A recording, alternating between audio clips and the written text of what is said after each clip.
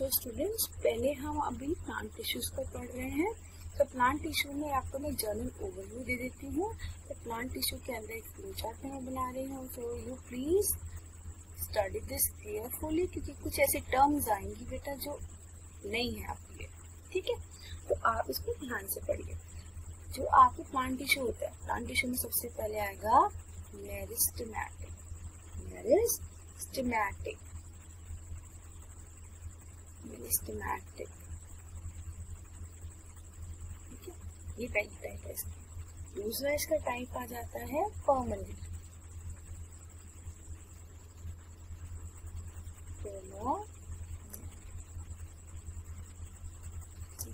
एक मेरिस्टेमेटिक होती है, दूसरा होता है परमानेंट।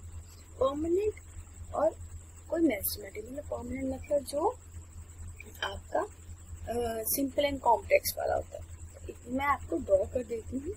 ये आप देखिए, ये जो मेरिस्टेमेटिक है ये है कैपेबल, मतलब इस काबिल है, capable for cell division. Cell की डिवीजन ही कर सकते हैं, यहाँ पे ऐसा नहीं है, ठीक है। परमानेंट में ऐसा नहीं है। अगर मैं कहती हूँ कोई सेल डिवीजन कर रहा है, ठीक है, कोई भी आपका टिश्यू सेल डिवीजन तब तक करेगा जब तक उसको कोई फंक्शन नहीं मिला। ये मेरिस्टेमेटिक टिश्यूज वो टिश्यूज हैं जो डिवाइड करते रहते हैं पर कोई काम नहीं लेते, ठीक है। ये कोई काम नहीं करेंगे। हम अभी जर्नल फ्लो चार्ट बना रहे हैं, उसके बाद we'll first study about the meristematic, ठीक है। तो हम बोलते हैं मेरिस्टेमेटिक वो है जो कैपेबल ऑफ देयर डिवीजन होते हैं, ठीक है। फिर इसमें तीन कैटेगरीज आई आपकी। एक आती है एपिकल, ठीक है, दूसरी आती है लेटरल, जिसको आप कैम्बियम भी बोलते हैं, ठीक है। थर्ड आपकी आती है इंटरकैलरी। ये लोकेशन अभी मैं आपको पढ़ा रही हूँ, ठीक है, इंटरकैलरी। फाइन। अब सबसे पहले एपिकल। एपिकल क्या करता है बेटा? ये आपको मिलेगा tips of roots and shoots in the stem area, ठीक है। और इनका काम क्या है? आपको tips of roots and shoots में मिलता है। एंड काम क्या है, फंक्शन क्या है इनका? फंक्शन है इनका इंक्रीज करना, बढ़ाना, इंक्रीज द लेंथ। अगर कहीं पे ग्रोथ दिखाई जा रही है, ठीक है, एपिकल टिप्स पे, ठीक है, टिप्स पे दिखाई दे तो क्या होगा? टिप्स पे कोनों पे अगर कोई आपको ऐड कर रहा है सेल्स तो क्या होगा? इंक्रीज लेंथ की होगी। इंक्रीज लेंथ ऑफ कहाँ? अभी कहाँ का था? आपके शूट को आप स्टेम भी बोलते हैं या रूट्स। लेंथ ऑफ इन दोनों जगह पे ही होगी ना, जहाँ पे ये प्रेजेंट है। Length of stem plus roots, ये इसका फंक्शन हुआ। Then comes your lateral. अब लेटरल वाला कैसा है? लेटरल वाला होता है below bark. Below bark, bark आप सबको पता है, ठीक है। बार्क क्या होती है बेटा? जो आपके वुड का पार्ट आप बाहर से देखते हैं ना, जो ब्राउन पार्ट होता है, उसको छाल भी बोलते हैं, तो वो आपको पता है। And then comes your cambium, भी हम ये भी पढ़ेंगे, ठीक है। कैम्बियम इन डाइकॉट्स, ये डाइकॉट वर्ड आप 7th चैप्टर में पढ़ेंगे, बट मैं आपको पढ़ाऊंगी तो डाइकॉट्स ऑफ डाइकॉट्स की रूट्स एंड डाइकॉट की स्टेम। डाइकॉट फॉर एग्जाम्पल मैं आपको बता देती हूँ। डाइकॉट जैसे अगर कोई भी ग्रेन है आप तोड़ते हो, बीच में एक लाइन है, सपोज आई एम सेइंग कि इस तरह का कोई ग्रेन है और बीच में एक लाइन है। जब आप उसको तोड़ोगे तो वो दो हाफ में डिवाइड हो जाए, ठीक है। ये कॉटिलेडन्स होती है। अगर वो डिवाइड हो जाएगा तो वो डाइकॉट है। बट अगर एक सिंगल ग्रेन है विद नो सेपरेशन, एक कैटिलेडन का बना है, तो आप तोड़ोगे तो छोटे छोटे टुकड़ों में टूटेगा, ठीक है। तो इस तरह के आप मोनोकॉट कहते हो, इस तरह के आप डाइकॉट कहते हैं। Fine. So next type is intercalary. Intercalary कैसा होता है? इंटरकैलरी होता है eight the base of leaves, ठीक है, लीव्स के बेसिस पे, या आप इनको इंटरनोड्स भी कहते हैं, internodes of stem. So first we will be discussing about the meristematic. तो मेरिस्टेमेटिक का डायग्राम हम ड्रॉ करके पढ़ते हैं, जिसमें हमने कहा कि आपका किस तरह का स्ट्रक्चर होता है, इस तरह का स्ट्रक्चर होता है आपका, ठीक है, एंड आपको इस तरह का रीजन मिलेगा। draw it first.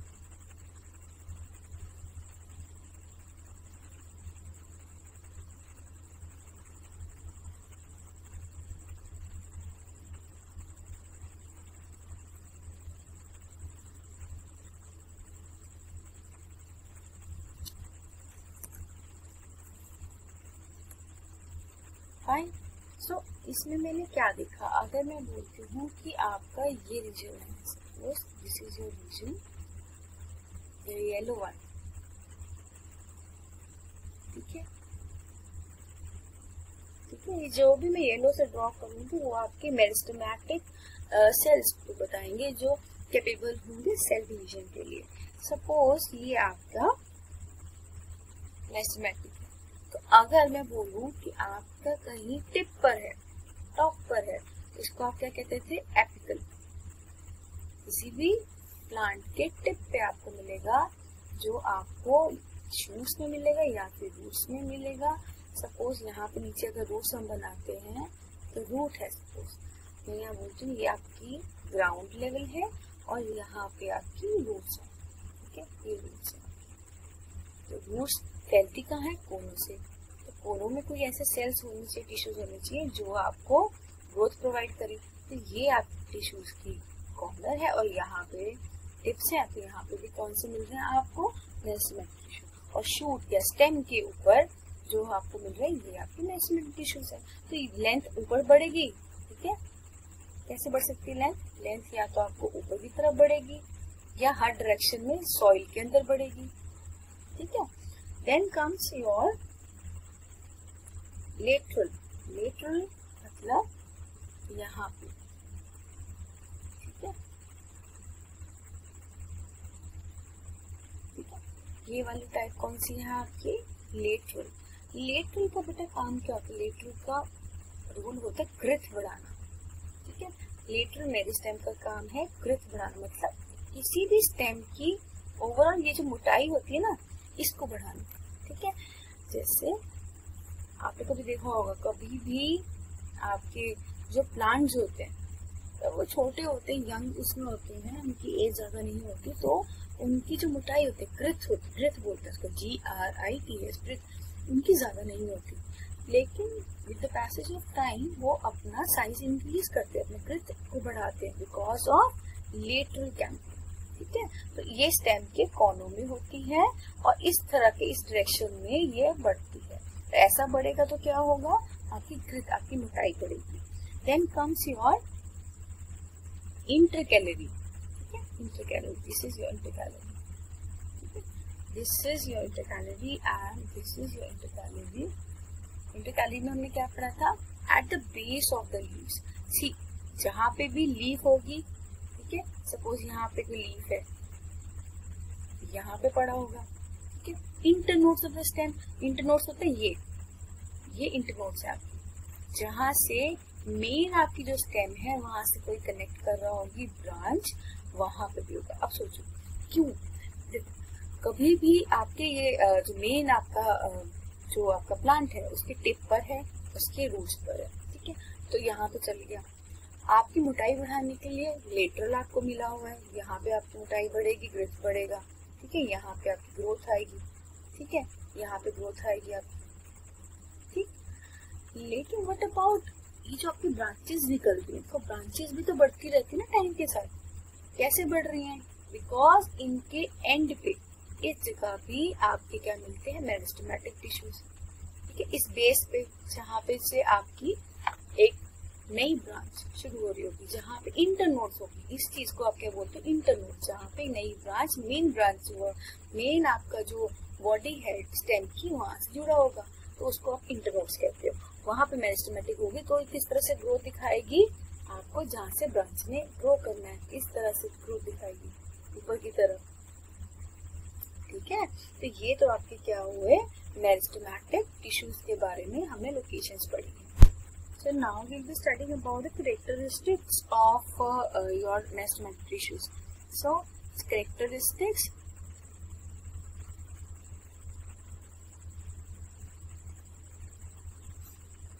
ठीक। तो characteristic में क्या है, मैं कहती हूँ कि ये जो वो टिश्यूज हैं जो इमेच्योर हैं, और इमेच्योर मैं किसी चीज को बोलूँ मतलब इनके पास बहुत एनर्जी है, बहुत एनर्जी है मतलब बहुत ज्यादा एक्टिविटी दिखाते हैं। एक्टिविटी कौन सी दिखाते हैं, ये डिवीजन की, क्या कोई काम कर रहे हैं और वो काम बहुत ज्यादा कर रहे हैं, क्या काम करते हैं, सेल डिवीजन करते हैं, ठीक है। सेल डिवीजन रेट कैसा है, कितने टाइम में कितने डिवीजन हुई, रेट इज हाई, बहुत ज्यादा बनाते हैं, ठीक। तो इस तरह का होगा, और इसमें इमेच्योर है तो मतलब यंग सेल्स हैं, ठीक है, यंग सेल्स हैं, और रिपीटेटिव डिवीजन, ठीक है, रिपीटेड सेल डिवीजन, ठीक है जी। Then this is the first point. Then second point कि मेरिस्टेमेटिक टिश्यूज कैसे हैं, कि इनमें intracellular spaces are not present, मतलब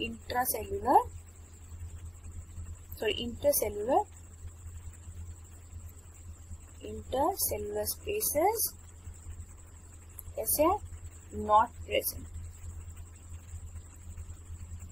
मतलब जो सेल्स हैं ये कम्पैक्टली पैक्ड है, मतलब हर जगह से ये पैक्ड है, इनके बीच में दो सेल्स के बीच में कोई जगह नहीं है, ठीक है। और इंटरसेल स्पेसेस के मैं आपको ड्रॉ करके दिखा देती हूँ, जैसे दो ये सेल्स हैं एंड सी, ये आपका स्पेस हुआ, ठीक है। तो इस तरह का कोई इनमें गुंजाइश ही नहीं है, ये इस तरह के फॉर्मेशन के लिए होते हैं, ठीक है, ये नहीं है। Fine. So third point is ये सेलुलोजिक वॉल में होती, होमोजीनियस थिंग, मतलब कि जो इसकी सेल वॉल है, इस वाले में इस तरह कैटेगरी में जो सेल वॉल है दैट इज सेलुलोजिक, मतलब मेड अप ऑफ सेलुलोज। हमने पढ़ा है 5th चैप्टर में सेलुलोज के बारे में कि सेल वॉल सेलुलोज की बनी होती है, ठीक है। हम प्लांट्स के बारे में पढ़े तो प्लांट की सेल वॉल सेलुलोज से बनी होती है, हमने पढ़ा है। एंड वो कैसी है, ये सेलुलोज है, ये कैसा है, होमोजीनियसली या होमोजीनियसली थिन। होमोजीनियस मतलब इवन है, इवन और यूनिफॉर्मली।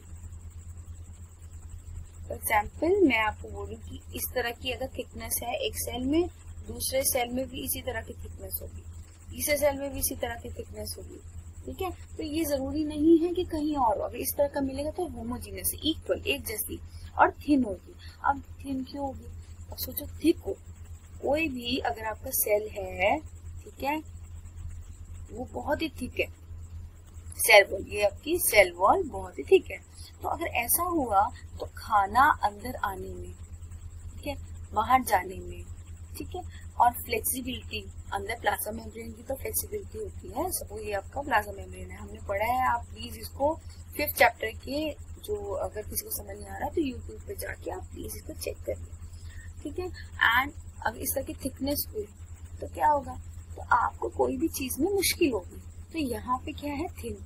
इस थिन होने से क्या होगा, यहाँ पे आप आइए रिपीटेड सेल डिवीजन करने में आसानी होगी, तो इसलिए ये ऐसे होमोजीनियस है, सब एक जैसे हैं, और थिन इनकी सेल वॉल है, सेलुलोजिक की है, सेलुलोज की बनी हुई है, एंड वो थिन है। फाइन बेटा। सो बेटा नेक्स्ट पॉइंट हमारा है दैट इज हमारा 6th पॉइंट। 6th पॉइंट में हम अगर देखें तो इसका वैक्यूल्स के बारे में बात करें। हमने वैक्यूल्स 5th चैप्टर में पढ़े हैं, ठीक है। तो स्टोरेज के लिए काम आते हैं, जैसे वाटर की स्टोरेज के लिए। तो यहाँ पे अगर हुई तो कैसी है, पहले तो एब्सेंट ही होती है,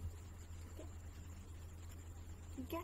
और हुई तो बहुत ही इफ प्रेजेंट, ठीक है। प्लांट के बारे में बात कर रहे हैं, जिसमें हम प्लांट सेल में बोलते हैं कि बहुत बड़ी वैक्यूल है, सेंटर में वैक्यूल है और न्यूक्लियस को साइड में पुश कर देती है। अगर हुई तो वैसे तो नहीं है, और है अगर तो वो बहुत ही स्मॉल हुई, ठीक है। So next 7 point will have कि आपके ये आइसोडायमेट्रिक है। आइसोडायमेट्रिक इन शेप मतलब आइसोडायमेट्रिक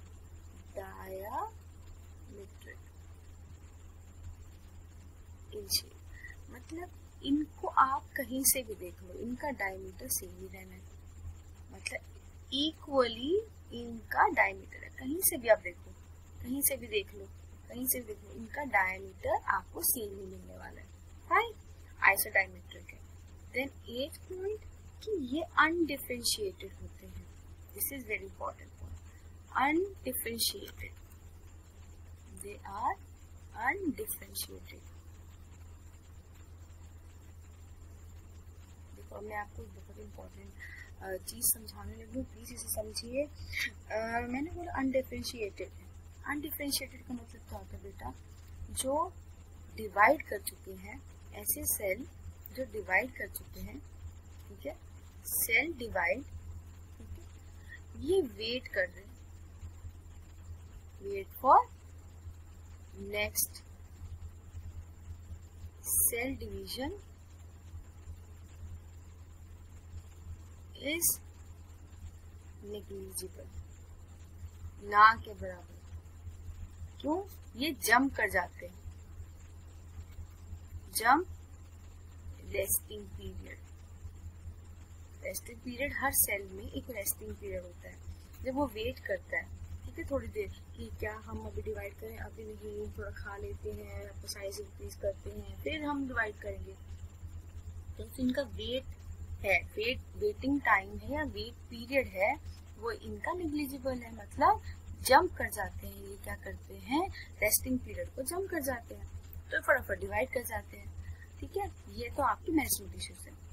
डिफरेंस, अब एक चीज और आप इसमें पढ़ लीजिए, तो जब वो जंप कर जाते हैं तो ये जो वेटिंग पीरियड लेस है, तो कोई no function is taken up, no function is assigned, ठीक है, असाइंड टू दीज सेल्स।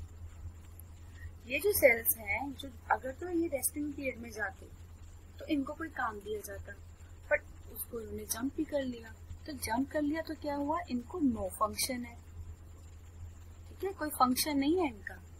जैसे अगर मैं कहती हूँ हार्ट के सेल्स हैं, तो हार्ट का काम कर रहे हैं, किडनी के टिश्यूज किडनी का कर रहे हैं, लेकिन ये तो वो वाले सेल्स हैं, वो टिश्यूज बना रहे हैं, जिसे डिवाइड करे जा रहे हैं, जो कभी काम ले ही नहीं देते, तो वो एक प्रॉपर फंक्शन तो करेंगे ना। किसी अनडिफरेंशिएटेड है और ये अपनी सेल डिवीजन शो करते हैं, शो सेल डिवीजन ओनली, ठीक है बेटा। तो ये सेल डिवीजन शो कर रहे हैं, तो ऐसे में आप क्या बोलोगे, अनडिफरेंशिएटेड टिश्यूज हैं एंड आपकी कॉन्टिन्यूसली आपको सेल डिवीजन दिखाते जा रहे हैं। तो अगर हम दूसरी इसकी टर्म बात करें, जो डिफरेंशिएटेड होते हैं, डिफरेंशिएटेड टिश्यूज हुए, डिफरेंशिएटेड जो टर्म है इसको आप अच्छे से पढ़ लीजिए। डिफरेंशिएटेड टिश्यूज कौन से होते हैं, जो डिवाइड करते हैं, ठीक है, रेस्टिंग पीरियड में जाते हैं, ठीक है, फिर कोई फंक्शन लेते हैं, ठीक, रेस्टिंग पीरियड में no cell division, cell division में वही एक सेल अपना काम करेगा, खाना खाएगा, अपना फंक्शन करेगा, ठीक है। इस पीरियड में उसको रेस्ट करवाया गया, फिर उसको फंक्शन दिया गया, उस फंक्शन को इसने परफॉर्म करा, फिर सेल ने डिवीजन दिखाई और इसमें रेट ऑफ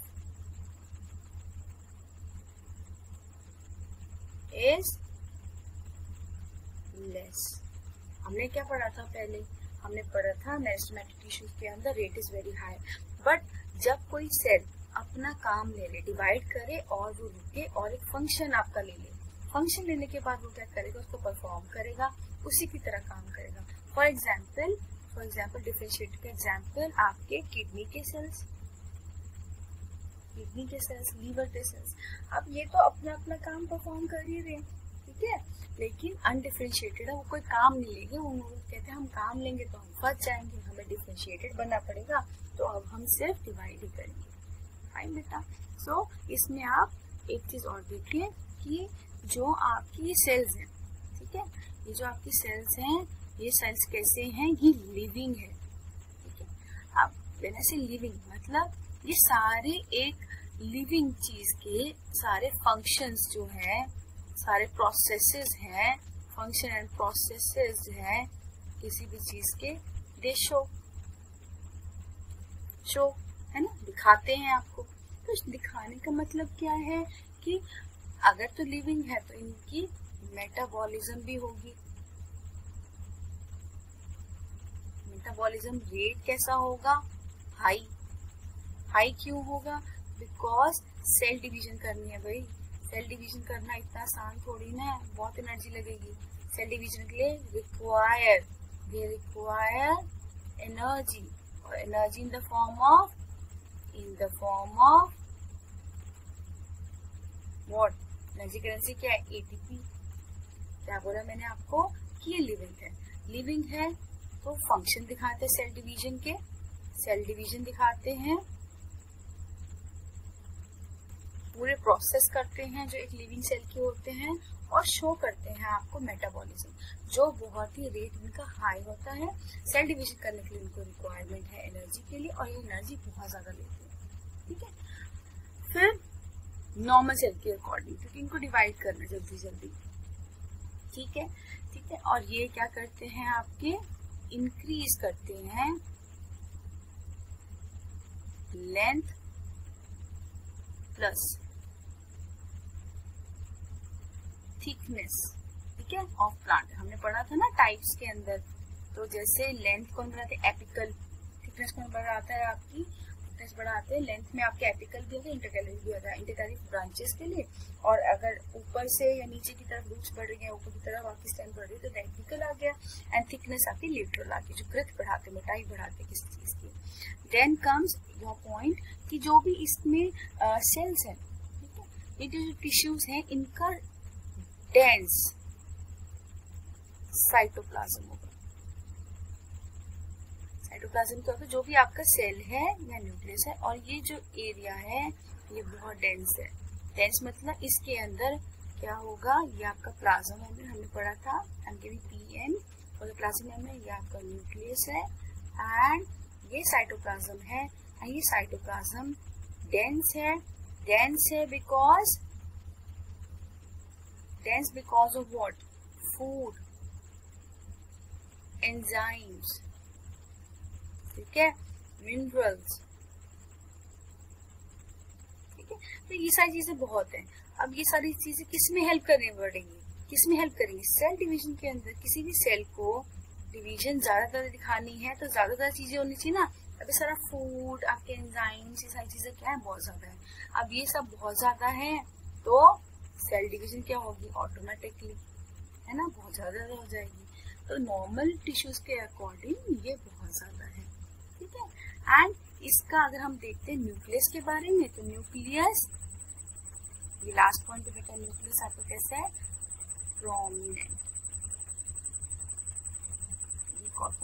प्रोमिनेंट मतलब आप जब इसको देखेंगे तो आपका न्यूक्लियस बिल्कुल आपको प्रोमिनेंट दिखेगा, बिकॉज वो बहुत जल्दी अपने डीएनए की कॉपीज बना रहा होगा, ठीक है। तो बिल्कुल प्रॉपरली आपको दिखेगा यहाँ पे। और इस मेरिस्टेमेटिक, अगर आपसे कोई ये क्वेश्चन पूछे कि नॉर्मल प्लांट में तो आपका न्यूक्लियस पेरिफेरी होता है ना, तो आप इसमें बोलोगे मेरिस्टेमेटिक में कैसा नहीं है, एक्सेप्शन है कैसे कि आपके तो वैक्यूल है ही नहीं, और वैक्यूल अगर हुई तो बहुत स्मॉल है, इसलिए न्यूक्लियस आपको प्रोमिनेंटली दिखता है, ठीक है।